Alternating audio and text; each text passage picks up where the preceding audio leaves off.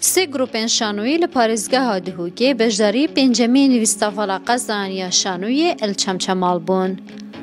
شانوین خواه نمایشگیرن و بسه خلاتین گرنگ زفرین هم بیزاده هوگه. افروشی لرفبریا گشتی روشنبیری هنری رئیس لب شکداری و سرکفتن آوان هاتا گرتن. غایت فستیوال اوکو وان مهوان کن داکو بزان مستوى شانو اللي باجري گشته چه مرحليان او در هنري كارت كت فيغا في تشقون اغرا در باز بيتن واهمية اوي جهر اوكو هم بشنوير ريا ثقافية في باجري نشام دن كمستوى في شانو گشته كيفا و دي برف كيفا بچيد ي او بشتفاني روشنبيري و هنري بو بزاوا شانوية بشكل دي گرنگي في سركفتنه بو پتري بانصاد كسان لنه قزاين كردستان بجداري ويستوالا شانوية چمچمال ببون شانده دهوگه به سه شانوگری و به سه نواروکن تایبت سه خلات ورگردن.